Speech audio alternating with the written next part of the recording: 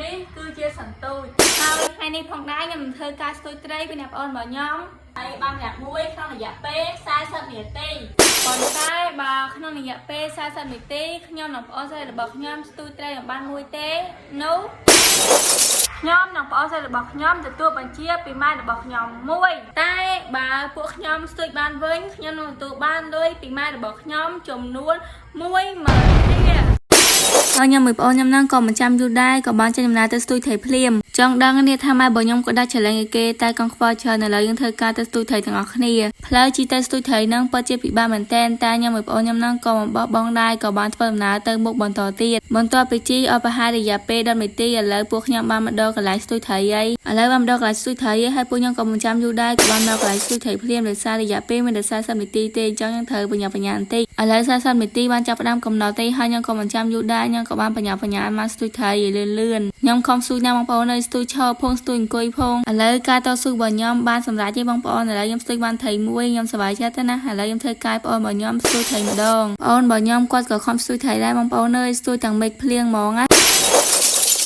អ្នកទាំងអស់គ្នាឥឡូវខ្ញុំនិងប្អូនស្រីរបស់ខ្ញុំនឹងឈ្នះចាឡេងដែលម៉ែរបស់ខ្ញុំគាត់បានដាក់ឲ្យហើយខ្ញុំនិងប្អូនស្រីរបស់ខ្ញុំបានទទួលលុយពីម៉ែរបស់ខ្ញុំចំនួន10000រៀល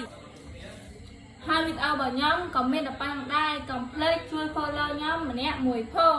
បេះដូងនេះគឺជាសន្ទូចហើយថ្ងៃនេះផងដែរខ្ញុំនឹងធ្វើការស្ទូចត្រីពីអ្នកប្អូនរបស់ខ្ញុំហើយបានរយៈមួយក្នុងរយៈពេល40នាទីប៉ុន្តែបើក្នុងរយៈពេល40នាទីខ្ញុំនិងប្អូនស្រីរបស់ខ្ញុំស្ទូចត្រីមិនបានមួយទេនោះខ្ញុំនិងប្អូនស្រីរបស់ខ្ញុំទទួលបញ្ជាពីម៉ែរបស់ខ្ញុំមួយតែបើពួកខ្ញុំស្ទូចបានវិញខ្ញុំនឹងទទួលបានលុយពីម៉ែរបស់ខ្ញុំចំនួន10000រៀល